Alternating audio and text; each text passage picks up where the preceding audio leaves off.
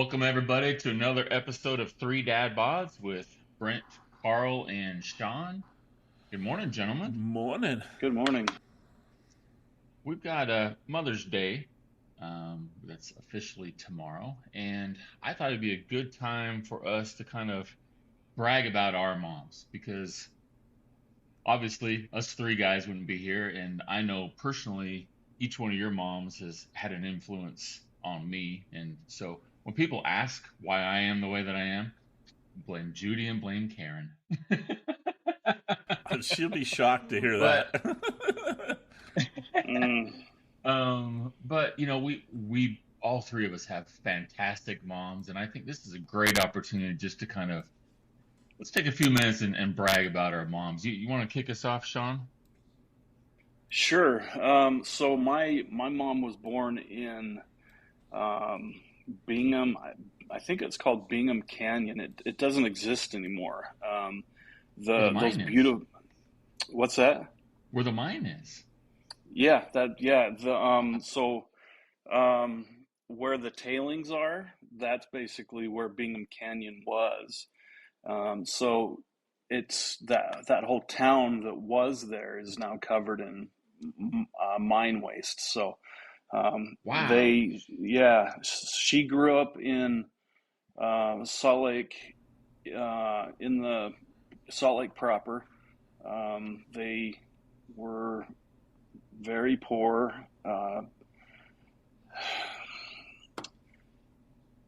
She's great. She grew up poor. She didn't have a thing to her name, and she didn't really have a thing to her name after she married my dad. So, but she, um, Where'd she meet your dad at? well, she went to Cypress High School.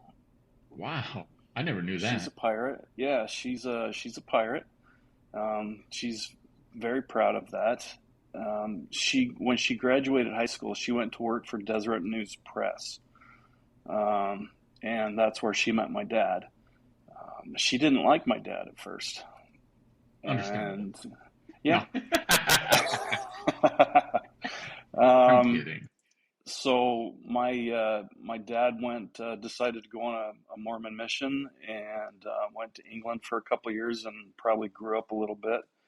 And he came home and he went back to work for Deseret News Press. And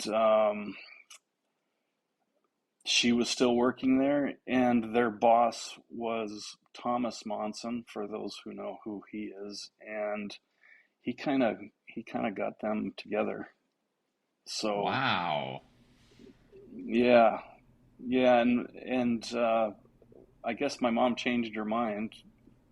But the funny thing is that the funny thing she likes to say is, um, people would ask her what the worst thing that could ever happen to her, and she said that Dale Smith comes home from his mission and I marry him. It's kind of like your pulpit talk. I, well, mom. Wow. That's So that's kind of it. And, 4 kids later, and they're still married, and I don't know, 55 years of marriage, and so well. they've done all right, I Well, guess. if the opposites attract, your mom and dad are a perfect example of that. I mean, every time I came over to your house when I was a kid, I always liked your mom. She was really nice and seemed very, very pleasant and social. And then your dad kind of scared me a little bit. He's very stern. Yeah, my mom has the kindest heart that a person could have. She gets that from her mom and dad. My grandparents were pretty amazing people. So, and she's dealing with some health problems now as she ages. She's going to be 80 this year. So, but I'm lucky to still have her. She's alive, and she's got her faculties, and she's really a good she's a good, kind, and very generous person. So, you want to hear a funny story? Well, wait. Before you tell the story, every one of you have to answer this. What is the favorite thing your mom makes food wise that you would just drop everything and run over to mom's house right now, even if she was making it for you? Cinnamon rolls. Okay. Ooh. Mm. Cinnamon rolls. They're amazing. My mom's a fantastic baker. Yeah, your mom always was a good cook. I remember she made snacks all the time for like all the church parties and stuff. I remember that. Yeah, she's great. I think she's a very talented, really great person. I love my mom. Love you, mom. If you ever see this or hear this, you're amazing, Awesome, man.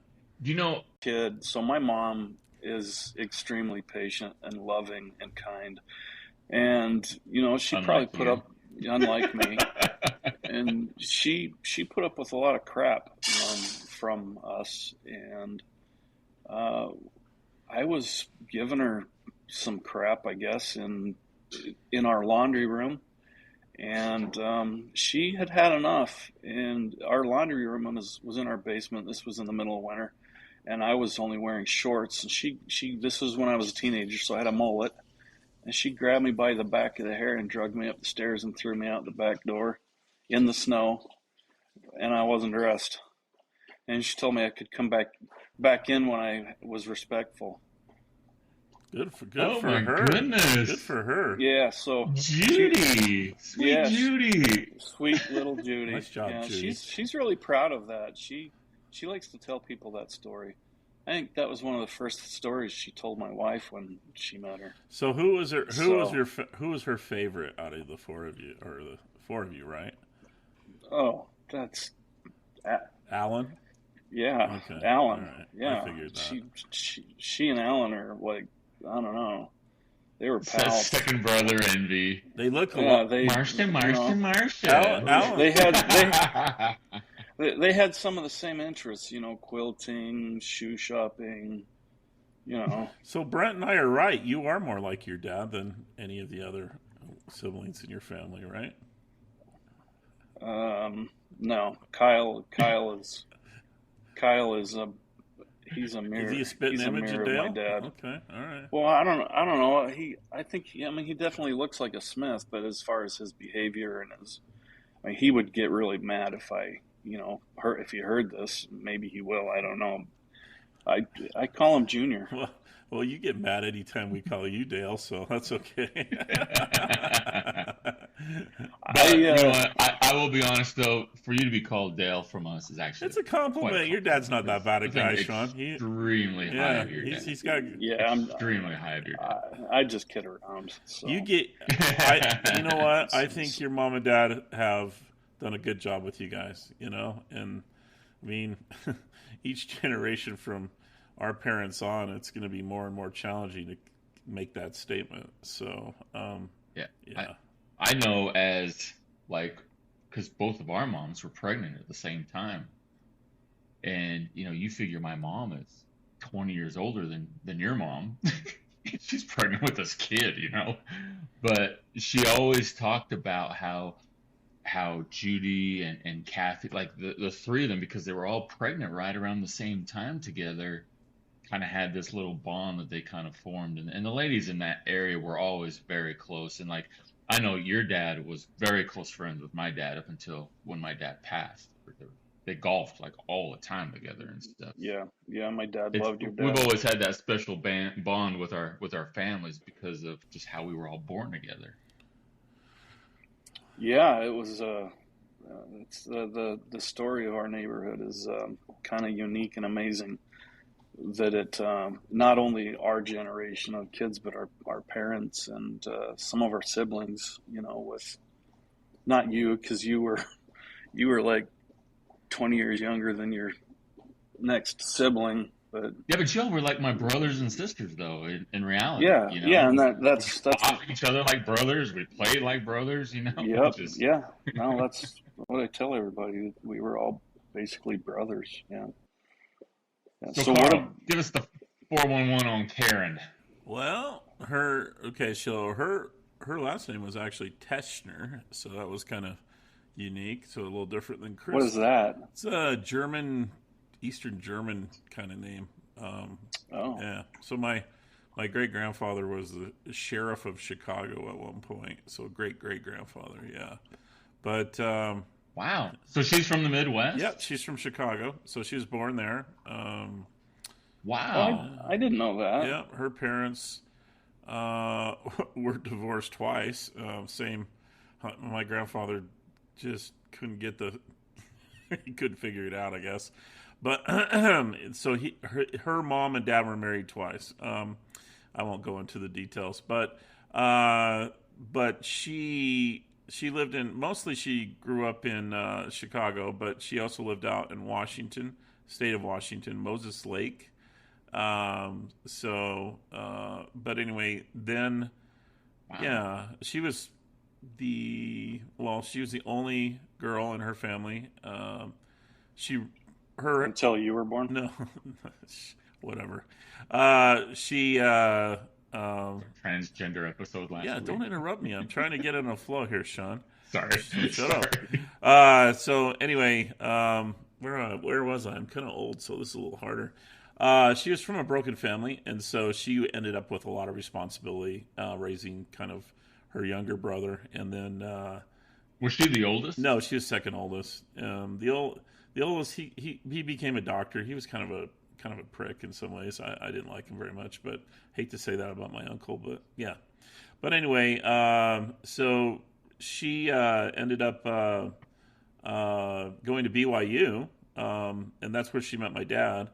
That's where it all started to go downhill. Hey, back in those days, that's where you met each other. If you're young LDS peeps, I guess University of Utah was kind of the place too. But she and my dad only dated like for 3 weeks, and then got engaged. Yeah, and let's see, they were. Are you kidding? That sounds like your dad, though. I mean, that doesn't surprise me at all. No.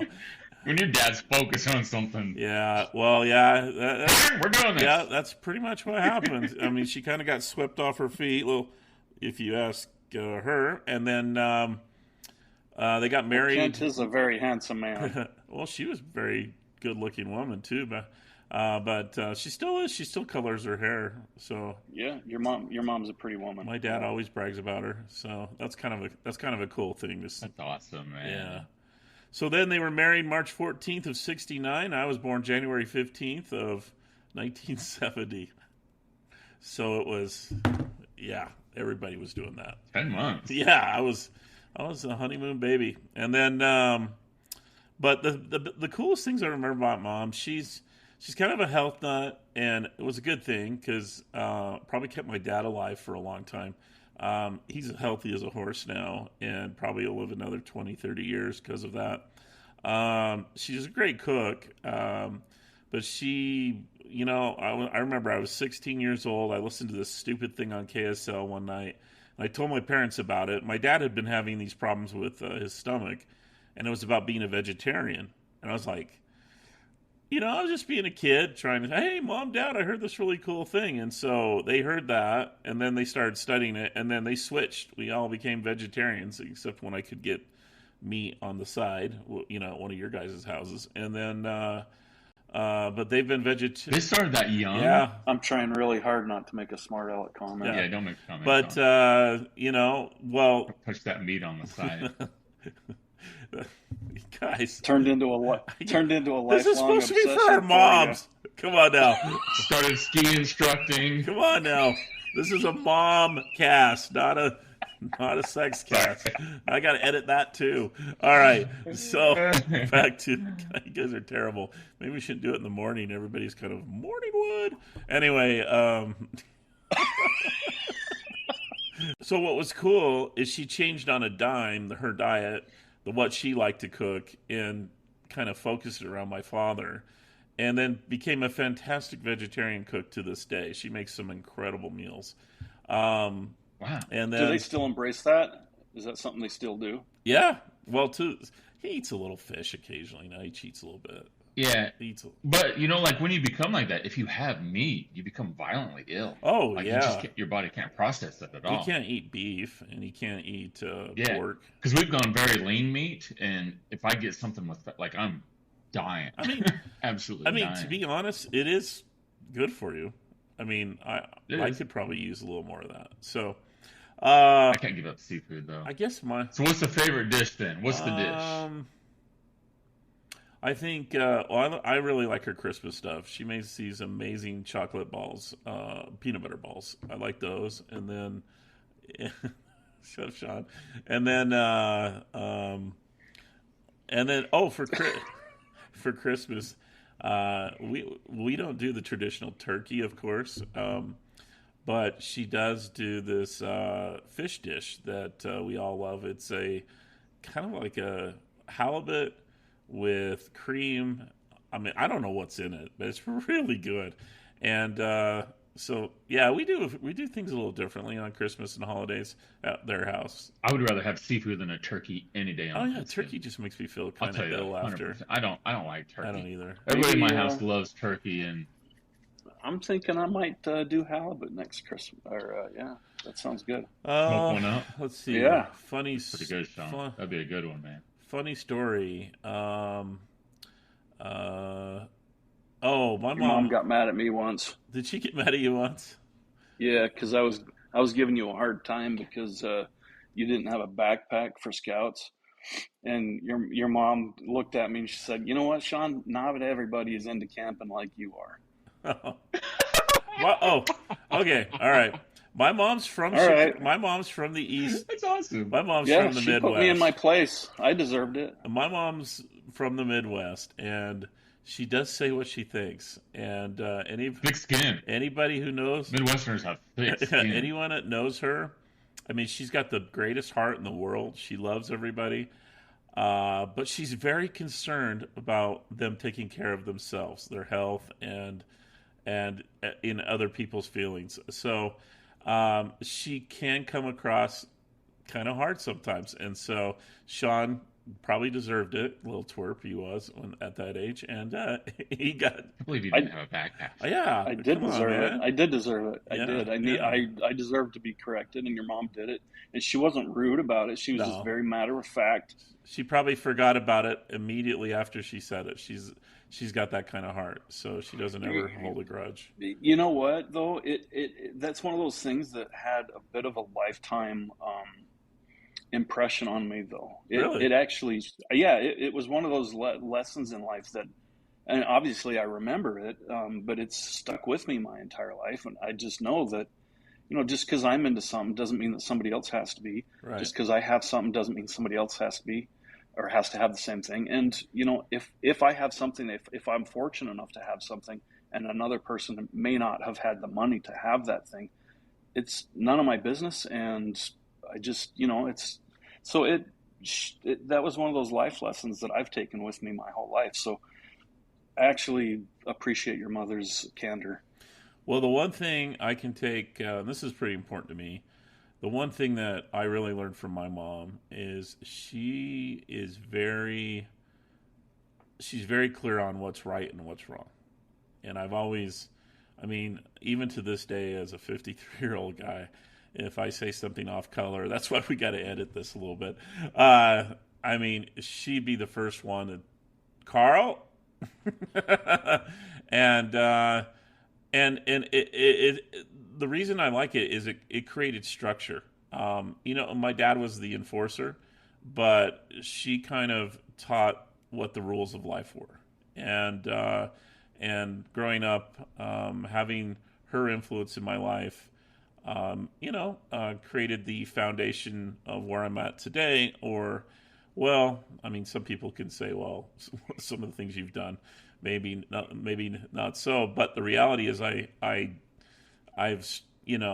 think her example, what she taught me, was instrumental in me making a change in my life when I needed to. And so, yeah, I mean, I don't know if most guys have this, but in the back of your head, you can hear your mom's voice, Carl, and I mean, I can hear. I mean, even when someday when she's gone, I'll still be able to hear that voice and check myself before I do something that would not make her not proud of me. And so I think moms play an instrumental role in their children's development and teaching them what's right and what's wrong. So thank you, Mom. I love you.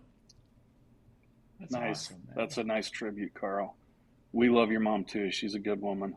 Thanks, man. She is.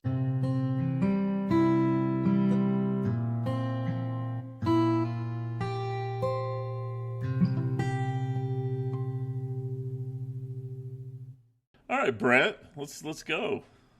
Let's talk about your mom. Oh, this one's going to So be good. Beverly May AC. She was born in 1930, right in the middle of the Depression in Price, Utah. Her dad was a cook She was Price. for the mines Oh, there. Price, Utah. was she born in one of the And camps up in Helper, or was she in Price? actually born in a house, I think. Okay, all right. Yeah, 1930. They knocked him out. Grew up, much like Sean's mom, very, very poor, extremely poor. And then during her, I guess, early, well, almost teenage years, they moved to California. And they moved to the Bay Area. And that's where she grew up. She grew up in the Bay Area. I don't know if y'all ever see the movie Coach Carter, Yeah. where he coaches at Yeah. Richmond High School. That's where my mom graduated from. Oh, wow. Wow. Yeah, she graduated from Richmond High School in Richmond, California, in a much different time, much different place. A lot of uncertainty that was going on around her early childhood as they were right smack dab in the middle of World War II, and Gosh, she was a in the Bay teenager. Area Yeah. there. Yeah, she was. They were right in the middle of the war machine there, where they were building, and my grandfather worked in the rail, or not the rail yards, but the shipyards there. Her mom did some work, I think, in a restaurant and stuff, and so yeah, it was very, as she talks about it, kind of a time of uncertainty, not knowing what's going on with this war machine that filled the airwaves with everything at that time. She graduated. She was actually a beauty queen. She won a beauty pageant at 19 years old in Richmond. And then That's not surprising. right around that time, she met my dad, and my dad was living in like Santa Ana. He was 5 years older than her. I think they were set up on a blind date, and then they got married in Reno, Nevada, Really? Wow. which should tell you something right there. Well, On wait. March 11th. Wait, now your mom was a member, right, of the LDS Church, and your dad Yep, was she was a not. minor. Yeah, my dad was not. Was that part of the reason they went to Reno? Is because her parents might not have No, been? actually, so my dad was driving a truck during that time. Oh. My dad's been a truck driver for forever and a day. So he was driving a truck at age 25. He had basically a stop off there in Reno, and that's where they decided to get married in this little house in Reno on March 11th, That's very, 1950. that's really romantic. Yeah. And my sister was born December 23rd, 1950. So you think you were close. I always bug my mom, and I always go, that's only like 7.5 months. And she's like, no, it isn't. It's over 9 months. It's not, so. Back then, that was a big deal. Yeah. Not Yeah, as much I mean, now. it was it is a honeymoon baby. My brother and my sisters were all born in California, Santa Clara area in the Bay Area. They lived there until, I want to say, probably 1965, I think, is when they moved out to West Valley. And at that time, it was dry farms out there. It was, like those areas you remember as a kid driving out in, 5600 West and 7200 South, and those areas. It was just like that. There was nothing there at all. Yeah, I was watching Airport. And I was watching Airport 75 on Netflix with my son the other night, and they have the picture of the plane coming into Salt Lake Valley, and he's like, "Where's all the houses?" And I'm like, "That is 1975. That's exactly how it looked. yeah. That's it." Oh yeah. Yeah. Yeah. And so they moved in 65, I believe. In I can't remember, but my dad had a vasectomy. And then a month later, my mom got pregnant with me. Wow. So I jumped. Is what I did. I You jumped are the snip. Is you what I did. you were just hanging around for a And while, and then decided to I was, surprise and everybody. I'm Hey, guess who's here? 15 years, 15 years younger than my brother. It was kind of like oh my God, what did we get ourselves into? And they probably still think that to this day. But yeah, so my dad passed away in 2009, I believe it was. Is it that long ago? And so Wow. yeah, and so my mom is, she's been on a church mission. Shortly after he passed, she kind of sold the house and stuff, and she did a church mission there in downtown Salt Lake. Got called short because she had to get surgery on her hip, so she got called off her mission, and then she moved down into St. George and has been down there ever since. And she's the nice young age of 93 years old, and for a 93-year-old, she does absolutely fantastic. When I visit her, I talk about each of you. She brings up stories of each of you guys, and her memory of the past is just so precise and so crisp, and it's fun to hear her talk about things like that. I'll tell you a quick story. So Sean and Larry and Mark and we would get a ride, usually either from Rita or from Bev. And Bev, Brent's mom, well, we used to call it Brent's mom and Mark's mom, but we'd always show up and at the house, and it was always breakfast time. And Brent was never in the kitchen, so it would be four of us sitting around the table. Larry with his little tiny backpack. He had a smaller backpack than I had, by the way, Sean, you jerk. Because he was smaller than Yeah, everybody. he was smaller than everybody. Anyway, and then she would have the Book of Mormon open. That was the LDS scriptures, and she'd be running around like a mad woman, just making breakfast and making sure we all got something to eat, and then screaming not screaming, but gently prodding Brent to hurry up because we didn't even know where he was at the time. And then Mark would slink back to Brent's bedroom for some reason each time, and then finally she'd gather us all and we'd all get in the car and we'd go. So, but I remember that. I mean, it was kind of like a ritual, and it just made you feel good. She always made everybody feel good. She was just so kind and loving, and she knew each of us, and she had something nice to say. So as the new guy, I must say, Rita and your mom, Brent, made me feel real welcome in that neighborhood, despite the fact you guys did not. So it was nice to have, nice to know at least your moms were nice. Well, I mean, the fact of the matter is that we just didn't like you. Well, that's feelings mutual still. No, I'm just kidding. A funny story from her. So, as much as I cuss, yeah, I can never ever cuss in front of my mom. Like, I have tried and I can't get it out. Been angry and trying, but I just cannot cuss in front of my mom. And I've never heard my mom swear before. Really? And so we were on a vacation.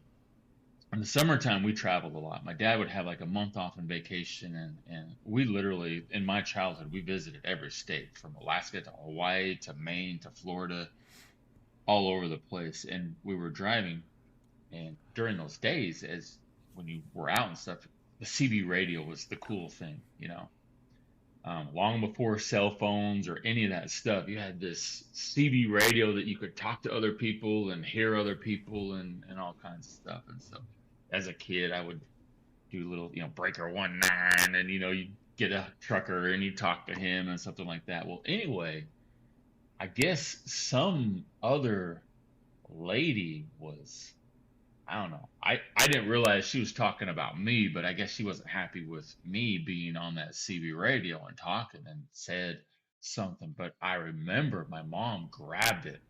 It's the first time I've ever seen her angry like this, because she's not an angry person. And she was like, "Look, bitch, my boy will talk however he wants, and you will like it, bitch." And stopped. And I was like, oh. Like, that's honestly the only time I've ever heard my mom swear. Oh, wow. I I don't know if I can believe this story now. Oh Wow, my, that's crazy. Bring it up around my mom, and she'll tell you. She'll just start laughing about it because, That's awesome. Way to go, Bev. yeah, good yeah, All job, right. I'm a Bev. bear. All right, Brent. Well, give me what was your favorite? Well, I mean, the favorite meal your mom would cook either. Chocolate cake, hands down. All right. My mom, fresh out of the oven, putting the frosting on. Homemade cake, homemade frosting, a Whitley tradition. Yeah. And that frosting would just be melting down the cake. Oh my God, it was so good. You know what? I think I can remember that for some reason. Yeah, Yes, she gave it. it was always on my birthday. It was always chocolate. It still is today. She, Only chocolate cakes. All it is. I think she gave it to us for breakfast a few times. So yeah, it was freaking awesome. Yeah. You know, I remember calling your house, and every time your mom would answer the phone, it would be something like, "It's a beautiful day at the Whitley home." Yes. You Oh know, yeah, yeah. I you know, remember that.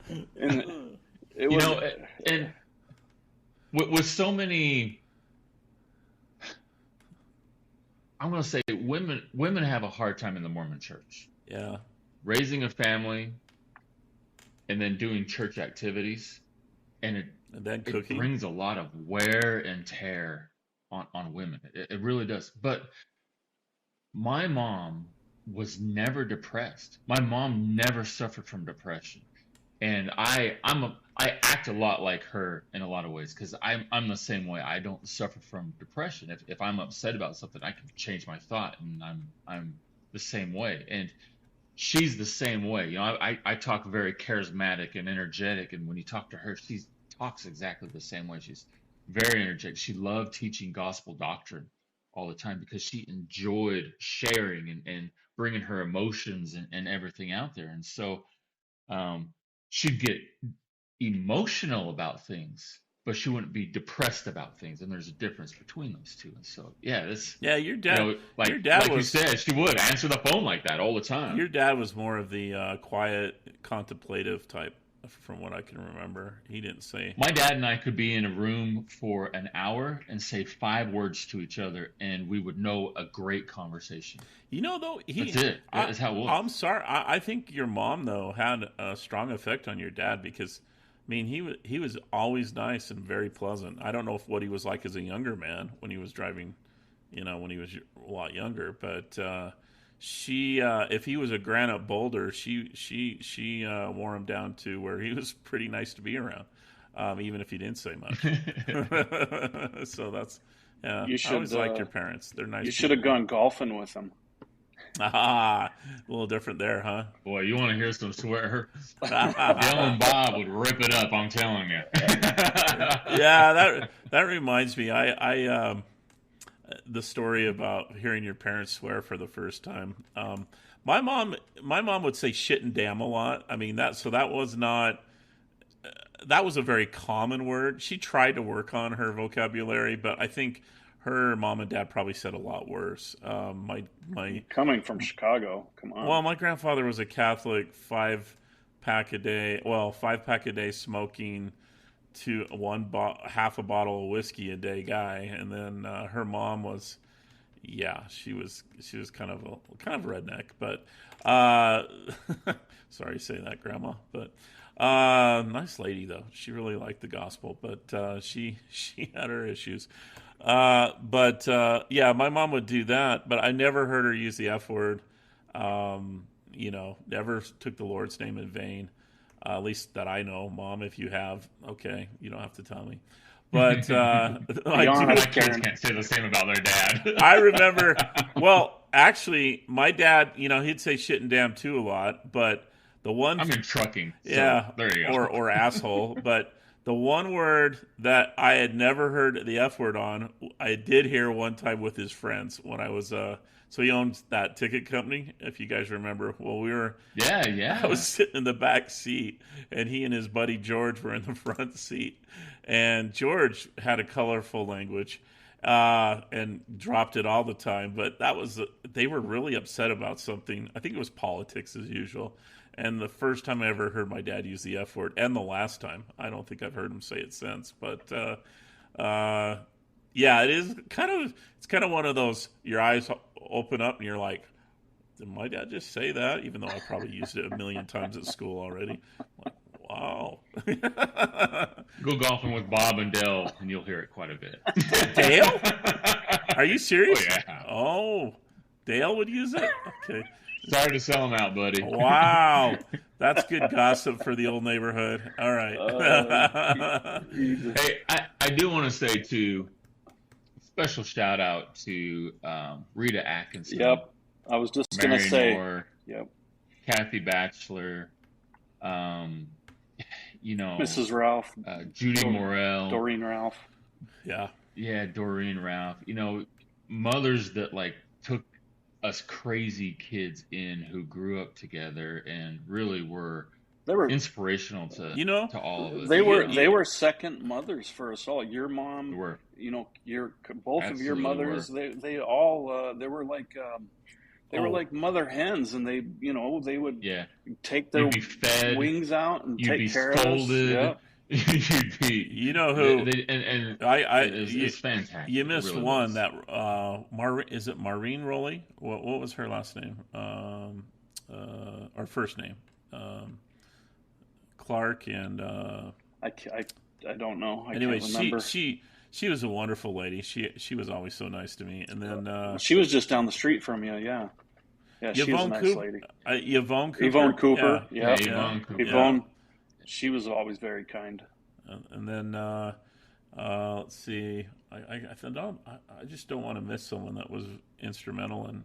Yeah, I mean, there's so, and like Sean said, because there was a large group of us, Right. boys, girls, everything, and not just like our age, but you had, all the way 3 years older than us who were like big brothers and sisters watching over us, and really somewhat, younger. I remember like Kyle was like a little brother to us and stuff like that, but we were just like a good, large family that, if there ever was an emergency, oh my goodness, there was no shortage of help. You had 1,000 meals at your door.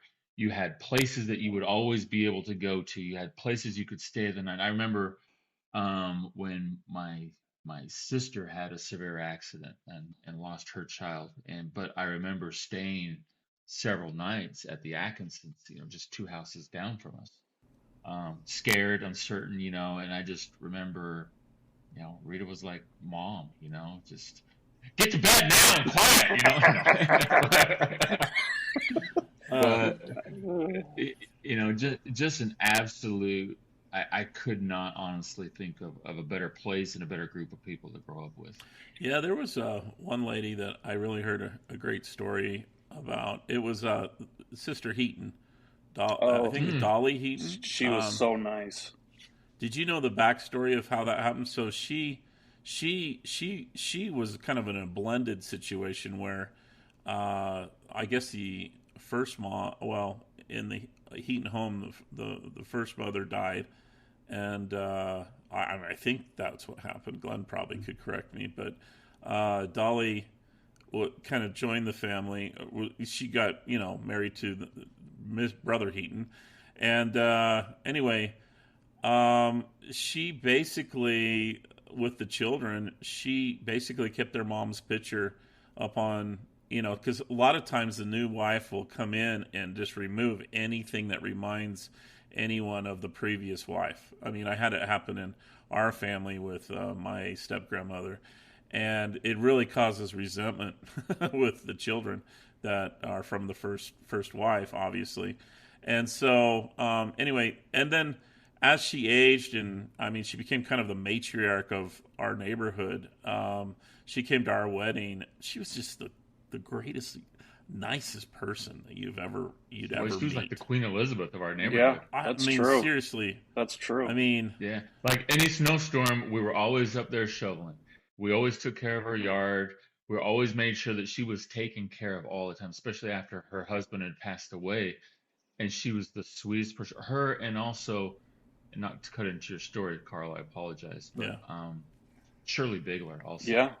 Was another Shirley one. Bigler. yeah, Shirley was awesome too. Yeah. Talk about a kind little, she's about Yes. 85 pounds and 5 foot nothing, and just the nicest, sweetest The woman. And nicest you know, she lady would that always, she would give you a shake out of their, not charge you for it, out of their golf yeah, course, always. and just She'd walk by and she'd always give you a drink and stuff all the all the time. Oh, time. The best green punch, by the way. Oh and Can you yeah, then think of a better green punch that you've ever had?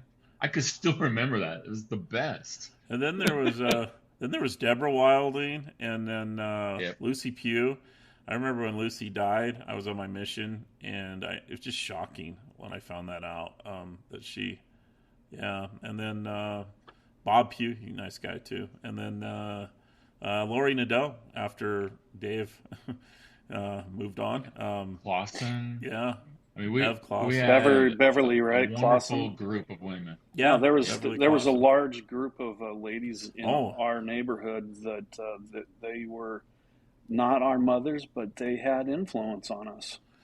and did Beverly have like Ruth. 11 kids? I mean, she had a Something like few. that. Yeah, she and my mom were pretty They good had a friends. lot. Yeah. Well, guys, we come from a rich background. One thing I wanted to mention before we end this cast: special prayers. If you believe in prayer, I do. If you don't, that's okay too. Your thoughts are important as well. I just had lunch with someone we just had a interview with, Glenn Ralph, and he's going through another struggle. He's mentioned it on Facebook, so I don't mind talking about it. We had lunch, and still has that go do it. I can beat this attitude. This is pretty serious though. This is the third time, and it's kind of moved throughout the rest of his body. So he's going to be in for the battle of his life, and he needs all the prayers. And if you have a chance, just you don't have to be maudlin, and he doesn't want tears. He just be positive. Let him know that you're rooting for him, and that if you have a chance, and this can apply to anyone in our lives. That person that you might not have talked to for a while, you might not get another chance. Go say hi. Go take them to lunch. Talk about a few of those old stories. Talk about your moms.